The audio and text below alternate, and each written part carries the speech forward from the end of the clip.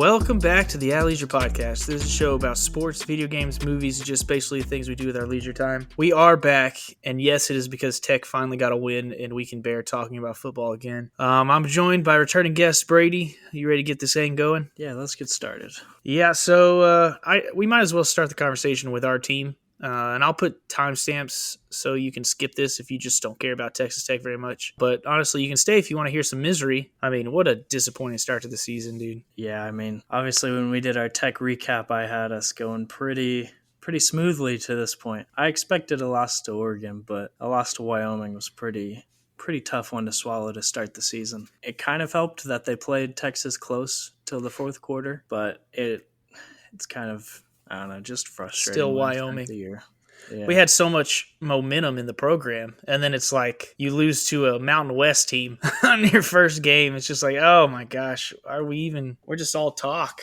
Watching that game, you're like, okay, our D-line was highly overrated by the insiders coming into the season. Our O-line, not improved. We gave up 3 sacks and had constant pressure in Shuck's face. And then with the offense starting, well, honestly, the game started amazing, going up 17-0.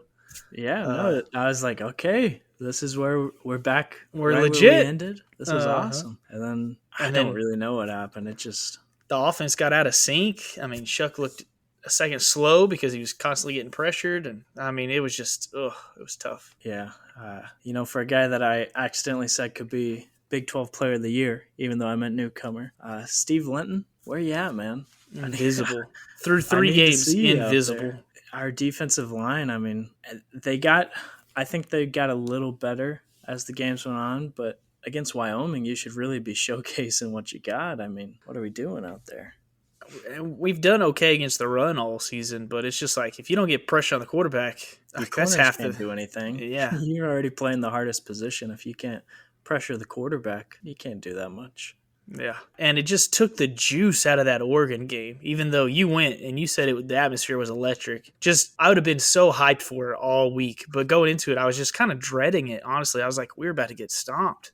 We can't beat Wyoming. Oregon's going to run up and down the field on us. Luckily, we competed, and we looked kind of like the team I expected, honestly, coming into the season. Yeah, I would say while the juice might have been a little down compared to what it could have been, I think everyone's just excited to have football back around. A week 1 loss is tough, but you got a big chance to prove yourself this next week. And Oregon came to town, and we had our not quite new stadium. It's still being fixed up in the end zone, but our pretty new and improved stadium we got going, and I think people were just happy to be there. And then we played really great. I mean, we had every chance to win that game. We were up 9 in the fourth quarter, and sure enough, the guy that should have the most experience on the team just turning the ball over left and right, killing all the momentum. It's tough to watch. Yeah, I mean, it literally felt like Shuck's turnovers doomed us, and it's tough to put it on one guy, but we definitely did enough to win. I would say my other critique might be just run the ball with Taj some more.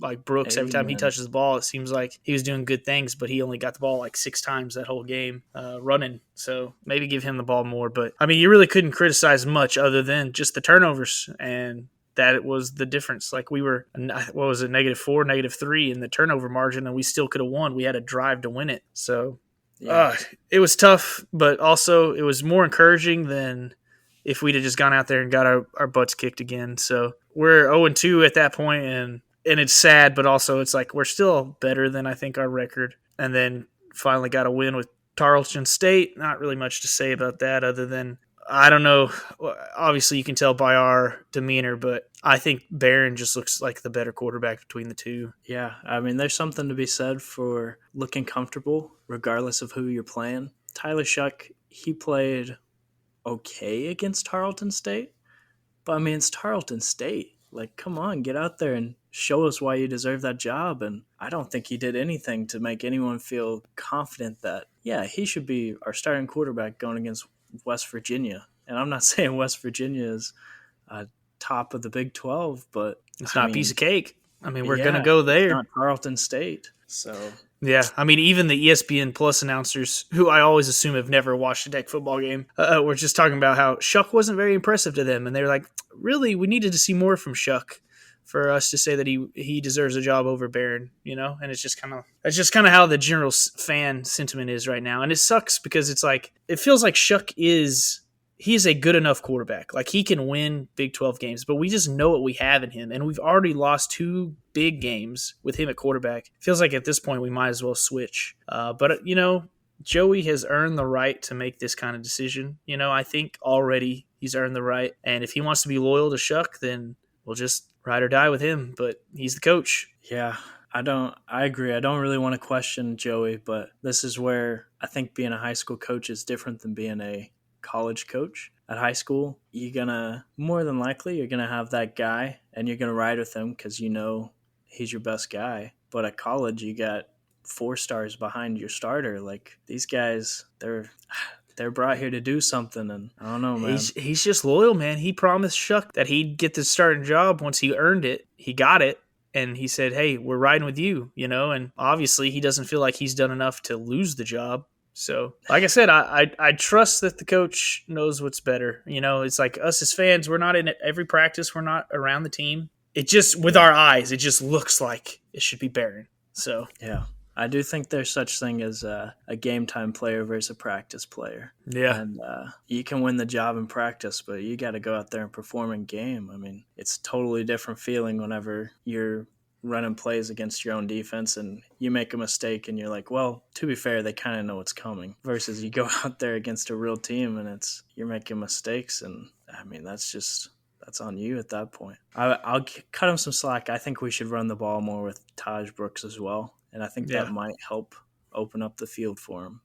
And I think also cut him some slack in the sense of I've been not very impressed with our skill players right now. Other than Taj, especially like our receivers, I feel like we have no separation. There's no explosive runs. I mean, it's just catch the ball, get tackled. And if the ball is not right on the money, even at times they're dropping it when it's right on the money, against Tarleton. I mean, even in all these games, I think there's been some pretty key drops by some of our best skill players. So they really need to step up and help out whoever's playing quarterback. Not a lot of explosive plays happening. When Barron came in, we saw Miles Price make an insane catch. And it's like the pass was perfect. It probably could have been a little more in front of him instead of behind him, but he made a just incredible catch out of nowhere. I don't know. I agree. There's not much separation. There's a lot to be said. I guess we'll have to wait for this West Virginia game to see what Tyler Shuck's got again, because Joey's riding with him. So no point. Well, moving on though, college football is still great, and it was so awesome just to sit down and watch a bunch of games. And I say we just talk about some of our favorite games so far in the first 3 weeks, since we haven't really got to cover them because we've been so sad about the Tech losses. We can just go through each week and talk about some of the big games. I mean, there was the Utah-Florida game right off the bat. That was a good time. Did you watch any of that game? I caught a little bit of it, but I didn't really get to see if Utah looked like they commanded the game, if Florida looked like they gave it away. What did you see out of it? Utah definitely commanded the game. So Florida gets the ball first. Utah stops them. Utah gets the ball with their backup quarterback in.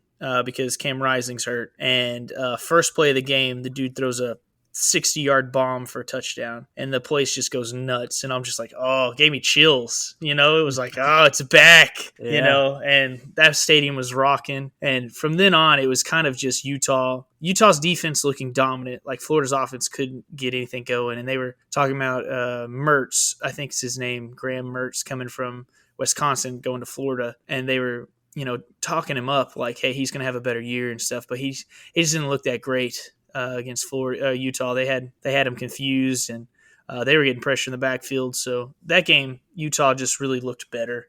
And they have 2 backup quarterbacks that they're riding with. Barnes and Johnson. That might not be the right names, but one is obviously more of your traditional pocket passer, and then you have the other one who's like the athletic, occasionally throw. And so between those 2, they've been able to make up for not having Cam Rising. But that was a fun game, and honestly, it wasn't really that close. So I would switch it over to the Minnesota-Nebraska game at the same time that was going on at the same time, and man, that game was actually really boring. That's just a classic Big Ten game, man. It was not much happening until the end of the game when Minnesota had a receiver make an incredible catch to basically win the game. I'm sure you saw that. Yes, I did. It's kind of funny flipping from a fun game that's not very close to a boring game that is close. Yeah, yeah. But it was still fun because the atmosphere in both games, like Utah had the better atmosphere for sure, but both atmospheres were crazy because, like you said, people are just excited to be back. And if the game is even relatively close, or if the home team is just putting it on them, they're just people are going crazy, and it's just a lot of Yeah, fun. for sure. It looks like Nebraska's quarterback really struggled. I've heard a few Yeah, things about that. yeah, he has struggled so far. Man, Nebraska, it's where you go to as a quarterback to just kill your career. Yeah, not much goes good for quarterbacks there. Maybe I'm rooting for Matt Rule a little bit, just to turn it around because I like him, but he's got some work ahead of him. Hey, I think he could do it. He did a great job at Baylor. Some people are college coaches and not NFL coaches.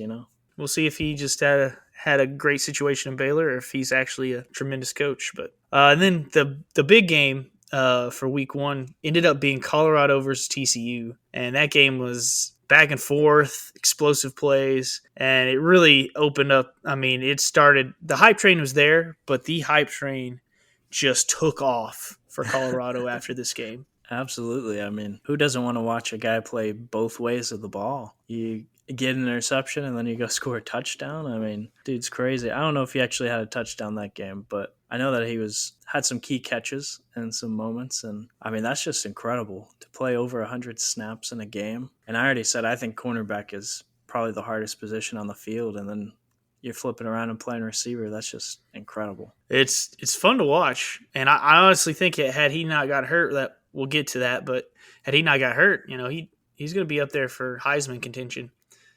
But man, is it just fun to watch Deion? Everything that man does turns to gold right now. He's just on fire. That guy, talk about just on top of the world. I mean, some guy makes fun of him wearing sunglasses, and he makes $1.2 million off of that. I mean, who would have thought that you get made fun of? Oh, thanks for making me $1 million off my sunglasses. Like, he's in every who else is commercial. that gonna happen to? Yeah, he's coaching his sons. They're winning. I don't know. I mean, it's crazy. Have you heard that he has a ranking for his kids though? What? He ranks his kids on who's his favorite to his least favorite. Shiloh Sanders was his least favorite son or kid until that last game. He said that he jumped a few kids in that last game. Is he joking? No, he's like, I don't think anyone else is being real. Like, we all have favorites. Y'all just don't want to be real with him. And I was just like, this is holy crap, crazy stuff. That is crazy. Seem like fine with it. I mean, they make jokes about it too. What else are you gonna do? Yeah, what are you gonna do? Dang, that's kind of ruthless. It's crazy stuff. I mean, I guess we always make the joke that you're the favorite as the youngest, so maybe there's some truth to it after all. Maybe it's not just a joke. We're just coping. Yeah. Man. What other games there was you want to talk about this Week 1 OU blowout? Yeah, dude. I wanted to talk about this just because I have never seen a coach on the brink of crying because of how bad his team is getting beat. I mean, I understand, like, you're losing 73-0. That's got to suck, but I mean, you can't be looking at just squatting down, like, tears welling up in your eyes, having to have a player come pick you up and console you during the game. Like, that's tough. I was always told you can't cry on the football field, and definitely not in that way. I'll cut you some slack on an injury, but that is tough. I've never seen that. 73-0. I mean, I don't know. It might make me cry. I'm not gonna lie. The best way I'm gonna put it is maybe he felt guilty for putting his players through that, but outside of that, like, yeah, I'm not gonna be able to justify crying about losing. Like, you just gotta look at it as an opportunity to still execute your plays and get better for your next. Well, next week we had Week 2. The Friday game was Kansas versus Illinois. I watched that whole game, and man, it's fun to just watch Daniels play football, the quarterback for Kansas. I hope he can stay healthy this year because he's good, man. He's fun to watch. And Kansas being good is just weird. It's just weird to watch. I mean, I don't think they're going to win the Big 12 or anything, but they're dangerous. They're going to win some games. And it's also fun to just watch Brett Bielema get beat again and again by the Big 12 after talking so much smack about it. Yeah, I don't know how I feel about Kansas actually competing in football, but it's got to be a good thing. It's always fun to have I think they're statistically, like record wise, literally the worst FCS team. If not, they're pretty They're far up there. down Yeah. there. I don't know. It's kind of fun. You got to cheer for an underdog, and Kansas is the definition of an underdog. And if they can have a quarterback just carry them to some victories, that's a good time to see. Just please don't beat Tech. Yeah, as I say, I hope they can just beat their rival Texas, and I'll be happy. Yeah, get UT again. Then a couple other good games. We had the Washington State versus Wisconsin game. Washington State is fighting to make a case for staying alive in the whole realignment situation. They got a good quarterback there, Ward, and honestly, Wisconsin is perennially overrated. So it was good to see them lose early and give Washington State some hype. Yeah, man. I think it's personal for Washington State. They want to It's got to stick be. around. I can't imagine if my team was about to be, essentially relegated to Group of Five. Like they're taking it personal, and I really hope that they can make a statement out there in the Pac-12. Me too. I mean, it's a good start for them. And then you had the UT Bama game. I think Quinn Ewers just wants to play Bama every week because that dude, he always steps it up against Bama. Like last year, he was killing it before he got hurt. And then this year, that's the best he's ever looked. Yeah, you have some merit to now say that Texas is back, but they might only be back if they can play Bama every week. I saw Quinn Ewers, he was playing against Wyoming, and maybe he's the reason I thought that Wyoming was actually an okay loss, because the dude had like 100 passing yards. 84 in the fourth, I think. And 60 of those, I think, came from a screen to Worthy, who just outran everybody on their team because he's a freak athlete. I don't know if that's necessarily good job, Quinn Ewers. You made a great pass there. It's more just you got a stud athlete, get him the ball. There's something to be said for doing that. You got to do And it. they've got him at UT. That's what sucks is they got him. I would bet to say that Worthy's not going to be able to dust everyone in the Big 12, but he is definitely gonna have his games, and we'll see. Very true. And we'll touch on Bama later because they're a whole nother can of worms right now. Yeah, making it even more questionable if UT's Yeah. back, or we'll see. Or if Bama's down. We'll see. Yeah. And then going into week 3, we had the West Virginia Pitt game, and I was happy for our West Virginia fan, Alan, who was on the podcast talking about his Mountaineers as a big win for them, and Neil Brown is still coaching. So good for him. And I mean, honestly, the atmosphere looked awesome. And that game was kind of looking like a Big Ten game. It was kind of ugly. Not a lot of anything other than running. But we're going to have to watch out for Donaldson next week because they got a stud at running back, I think. I really like watching him run. Absolutely. I think Neil Brown might have bought himself another losing season with that, as long as he can get a couple wins, I think that win against Pitt is going to buy him another year. But yeah, that was fun to see. Something that's so fun about college football is there's a great atmosphere. Like West Virginia, they're not projected to be good. Who cares? They want to go watch their team play, and it looked like a good time if you saw any of their videos of the environment. I can't really say what they were chanting, but in the Sweet Caroline song, they roast Pitt in it, and it's pretty cool to see. Having a whole stadium just chant, just belt that song out after beating Pitt. It's just college football. It's just like we sat and watched NFL tonight, and we watched it all Sunday. And NFL's great, but there's just nothing like that. There's just nothing. It's so fun. Man, I loved it. Even though I'm not a West Virginia fan, I felt like one for a second there. Yeah, you're gonna hate me for saying this, but I think the only other environment that really compares is like soccer games over in the England area. Yeah, in those environments, that the game itself looks pretty boring, but the crowd looks like a great time. Yeah, the crowd does look hyped for sure. That's what I say is our version of their football soccer game over there. College football is ours. Yeah. Then we had the Missouri K-State game. That also is a rivalry that I didn't really know that much about, but they don't like each other, and Missouri finally came out on top. K-State has kind of run that for a while, and boy, they had many opportunities to win that game, but Missouri hitting a 61-yard field goal to win it, you kind of have to just tip your cap to that kicker because Hey, That was thicker the clutch. kicker. Yeah, yeah, Thicker the kicker. that's right. That dude, he put on for the city. That was awesome. I mean, obviously, I was cheering for Kansas State, but I'm always gonna be happy for a kicker who makes a game-winning kick because that's fun. And if you miss it, somehow you get the blame for the whole game. So Yeah, I don't think people would have blamed him though for a 61-yarder. no, probably not. But so But many he's a times legend kickers now. get blamed. He No, was already a no, he legend, but is. he is a legend now. People will remember him forever. Yep, he's the guy. And I guess let's wrap it up with the Colorado State game that had no business being as good as it was, and I stayed up entirely too late watching that thing. What a good game!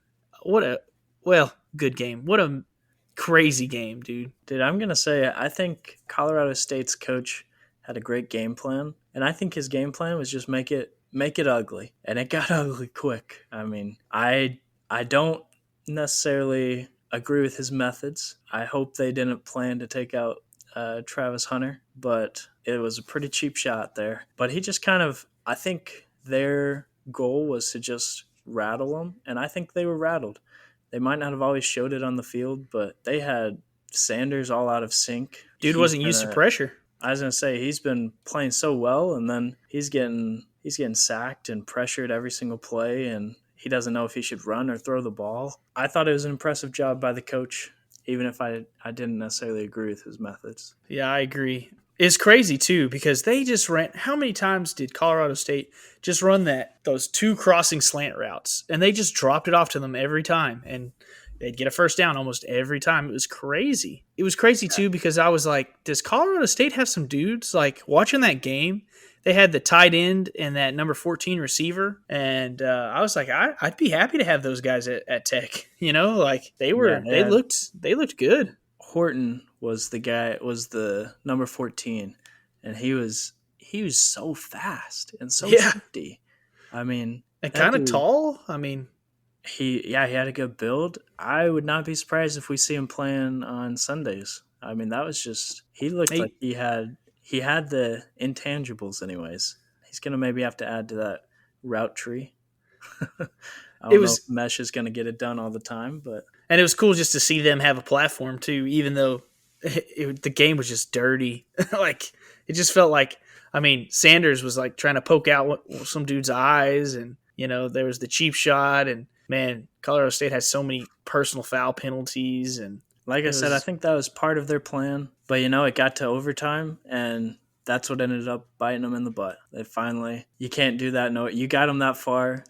That's when you just gotta go play solid football and forget about the dirtiness of the play. And I think they ended up losing because of that. Number 8, I think, was their good rusher, Kamara, and he made 2 just crucial mistakes at the end of the game. Mm-hmm. Yeah, just cost. What killed him was playing prevent on that final drive. When you're winning, just run your defense that's working. Like you'd had them all out of sorts the whole game, but then in the last minute they're gonna play that cover 2 prevent and just got toasted. And man, they were up 2 possessions with like less than, I guess, like 6 minutes. I don't know, something like that, and they blew it. But it was a good game. It was so entertaining.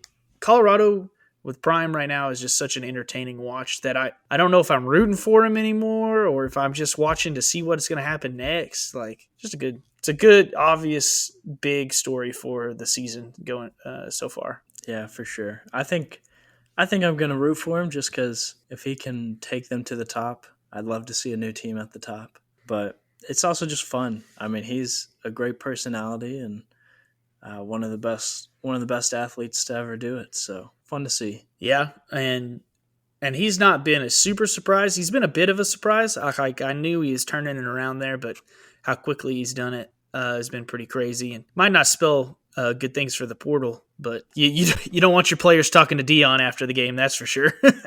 Be like, no, we're not shaking hands this time. Yeah. I don't want you recruiting. He's needing safety help, and you see him over there next to the opponent's safety. He's like, hey, man. I'd have to say I hope that he can make that more common for NFL players that were real good. I'd love to see them come back and coach and give back to the game in that way. All right, what are some big surprises heading into conference play? Like, what are things that have happened so far that have been surprising to you? Yeah, So I would say Duke might be good. That could be a fun one to watch there. Obviously, Clemson hasn't looked as good as what they have been known for with Dabo there, but I mean, they beat them pretty soundly. Then their other two games, they won in a pretty commanding way. I don't think we'll really know if they are for real or not until they play Notre Dame week 5. I think that's a big game for them right there, and I'm excited to see. I'm always happy to see a new team try to rise to the top of their conference. Everyone knows Duke for basketball, so maybe they can get some football success. Yeah, it's funny you say like that's the one that you think of as the most surprising thing, which it is a surprise. But I kind of felt like they were trending in the right direction just because I'm around a bunch of A&M fans, and Mike Elko is their head coach, and I've just heard nothing but good things about him because he's from A&M. And if Jimbo doesn't turn it around this year, I know he's going to be on a lot of people's list of who they want to replace him. Yeah, I So mean that's maybe the Duke being good is maybe the flip side of Clemson looking bad. So yeah, that's uh, the surprise. I was gonna say those are the two one of those two is gonna be the surprise. Either Clemson is bad and that's surprising, or Duke is good and that's surprising. Yeah, yeah. But yeah, I mean Clemson, they just haven't looked like themselves. What do you think? Yeah, I kind of agree. It's weird because it's like Klubnik was such a high recruit, but he looks like he's regressing a little bit even from last year. Just looks, I mean, we think we have a problem with Shuck, but at least he's not the guy that we didn't run someone else out of town to get Shuck at the starting position. You know, Mm-hmm. it's like goodness, DJ is popping off at Oregon State, and Klubnik is regressing. You know, so it's hard to keep things going. And Clemson wasn't quite a dynasty, but they had something rolling there, and it looks like it might be on its last legs. Yeah, I would say the only thing I would question is with the Klubnik thing is it their offensive line. If DJ was able to leave and now he's making Oregon State look really good, I mean, maybe they need to revamp Could that be. O line because I mean that's as big a thing as having a good quarterback. I think we'll know more as the season goes on, obviously. But talking about dynasties, we've hinted at it a few times, but Alabama losing to Texas and just overall looking kind of terrible, bad QB play, barely beating USF. Not seeing this kind of play from Alabama in a long time. Yeah, I mean, obviously not a good look, but why are they going to USF? Yeah, yeah. What Why are is we going that? to Wyoming, man? I don't get it. Exactly. Like, what is that? I mean, it brings you some money, but you have a home game. You're going to make money off of that game, anyways. I mean, you're just putting yourself out there to get upset.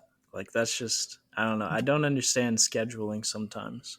I like that. I mean, I like that we're not afraid to do it, and I applaud them for going. I mean, Alabama should not be afraid of going to USF. You know, they should not be afraid of that. So it's just when you're struggling, and then you go on the road, and you're making a change of quarterback, and I mean, no matter who's at quarterback right now for Alabama, they just don't look very good. I mean, Buckner looks awful, like barely D1 material. I know he probably just had a bad. It almost looked like the team didn't want him at quarterback either, though. It was just a really weird. It's just weird over there. They don't know how to handle not being the best. It seems like. So we'll see. I mean, I don't know if I'd bury him yet, just because there's a lot of parity. It seems like right now, and so they could win their division still. I think, I but think I think what I would say about going on the road is if you're going to schedule a non-conference game on the road, it's whenever you know what your team is. I don't think like Alabama had their. they schedule these so far in advance, though. I guess you're right. You're right. Yeah, But I don't know. I It's mean, just tough because you have questions on your team. You don't really want to go address those at another team's place. yeah, 100%.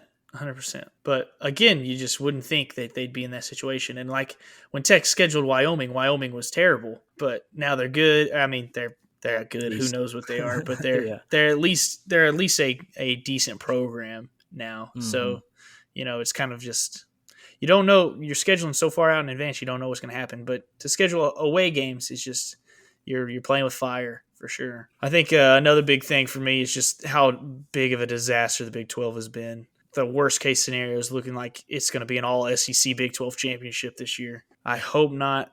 And it's so early, so things can change. But man, Texas and OU are the only conference teams ranked going into our conference play, and that just hurts. Yeah, not what you want to see. Definitely not. But like you said, there's a lot of games left. The Big 12 might be down right now, but Texas and OU, they got to go places and they still got to perform.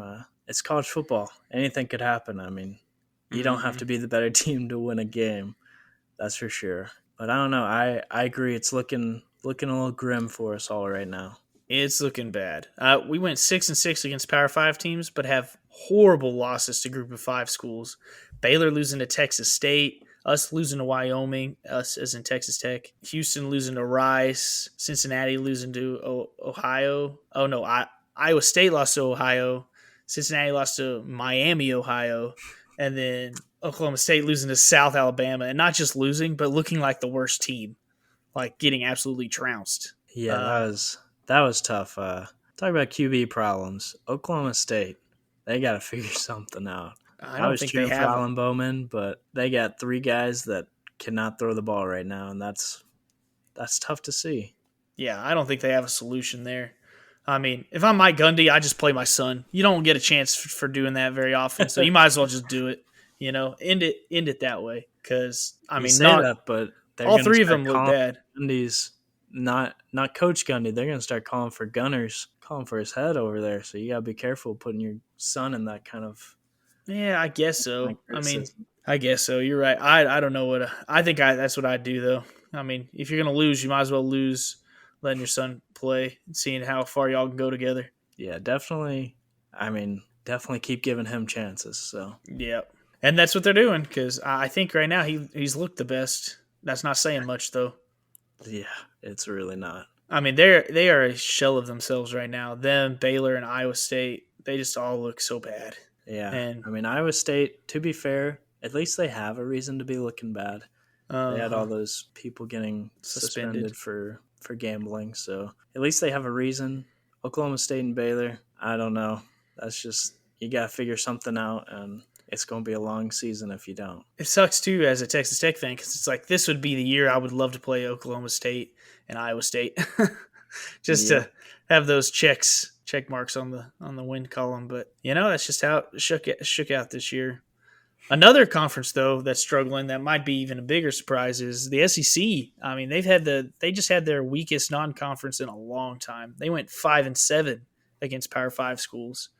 Missouri's win over Kansas State was their best win, and their other wins were over Arizona, Georgia Tech, Cal, and Virginia, who we already talked about was really bad. So it's not like they beat good teams when they were beating the Power 5 schools. So that's been really interesting to see. And I think that adds to the feeling of parity because the SEC for a while has been kind of just thought of as the class. And so seeing them lose to, honestly, the Pac-12 and the rest of the conferences, but the Pac-12, man, going out on top. They said, we might be dying, but we're dying guns a-blazing. Yeah, I mean, it's impressive what they're doing right now. Obviously, we all knew USC was going to be good. They got the Heisman favorite with Caleb Williams. We knew, we felt like Colorado was going to be good with Deion there. We didn't necessarily know that yet. We knew Oregon was going to be good, but I mean, they're just all just showing out. They want it, and they're giving it to everyone right now. I don't know what else to say about that. I mean, they've got eight ranked schools right now, and they went 7-3 against Power 5 teams. And as a conference, they have the top 5 passing offenses in all of the nation, with Washington number 1, Colorado number 2, Washington State number 3, USC number 4, and Oregon number 5. That's insane. that's so insane. So they're good. It's a stacked conference, and I think that they deserve. I already think that they deserve to have a playoff team. It's like they really need to be represented this year. Whoever it is that comes out of the pack should get a shot at the championship. And that's just not something they've had in a long time. Yeah, it'd be fun to see. I mean, talk about new faces at the top. Other than Oregon, they're all pretty much new. I mean, USC traditionally is not new, but they've been down for a while, and they've been having some good seasons, but nothing to put them in the playoffs yet. So always fun they to look see like playoff teams.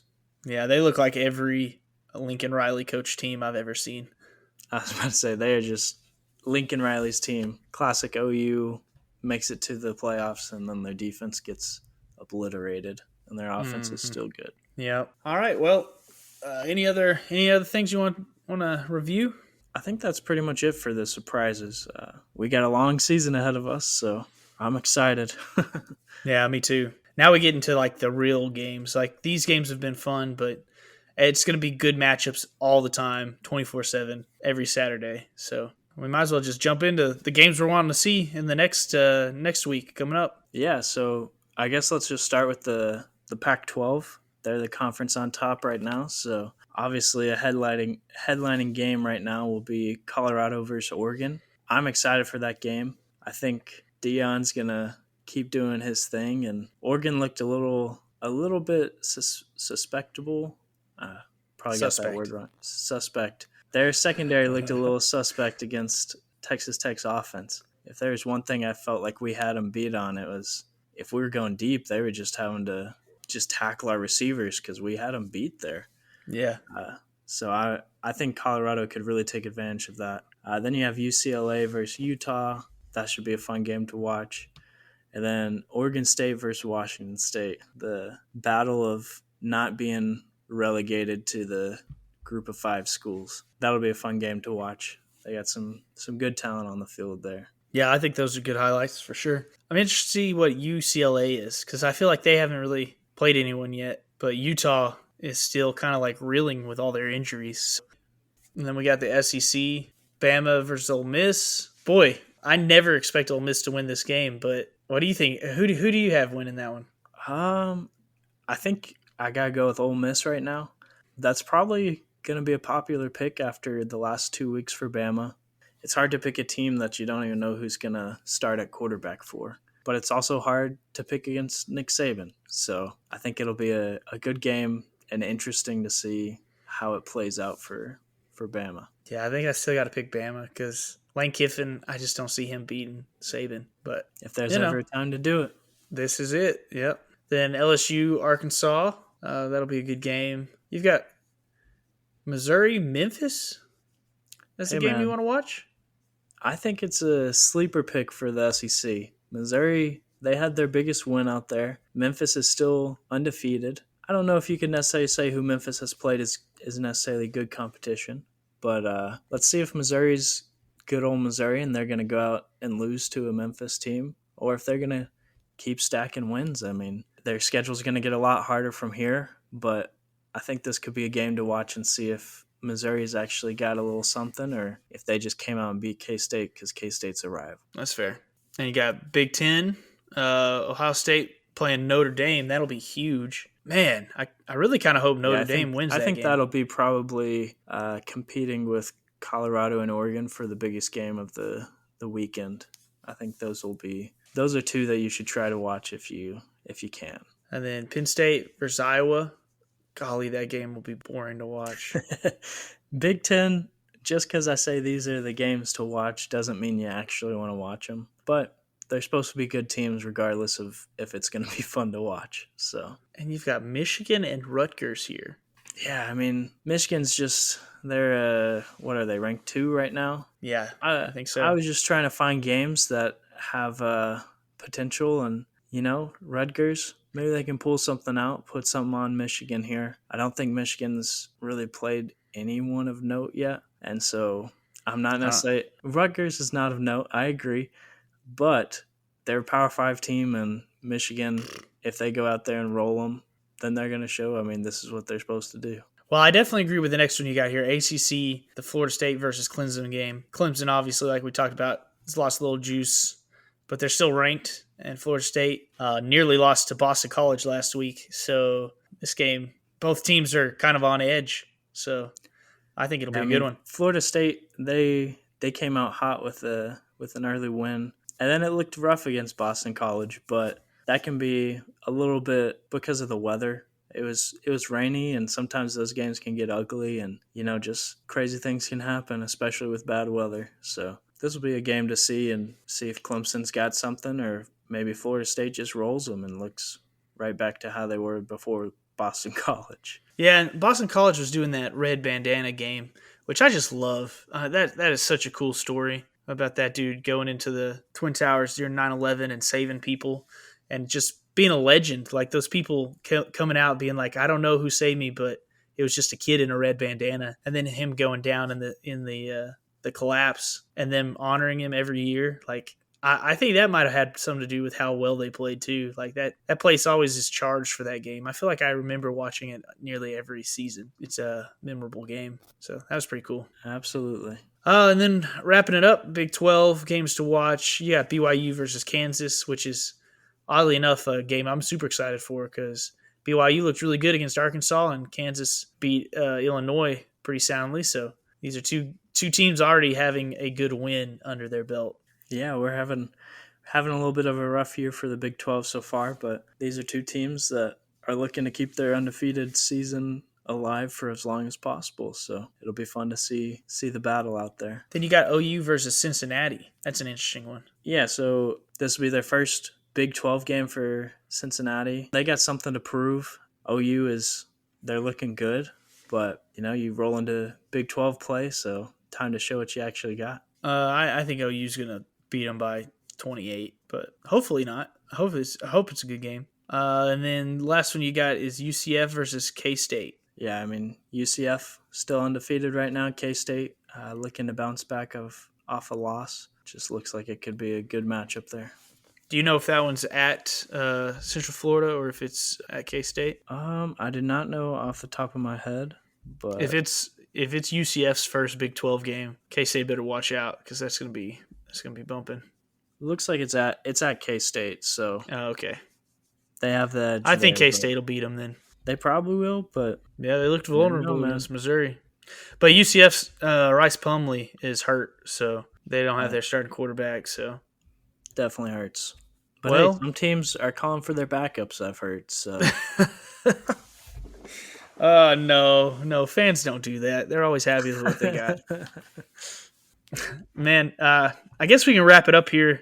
If you've got anything else, I'd just say, hey, Big 12 sucks right now, but we've secured our future. Even if we suck, we know that we're not collapsing, and that is something I genuinely am happy about. Yeah, like I don't have to worry all season about if this is our last season in the power schools, kind of like Washington State and Oregon State are having to do. Yeah, absolutely, that's huge.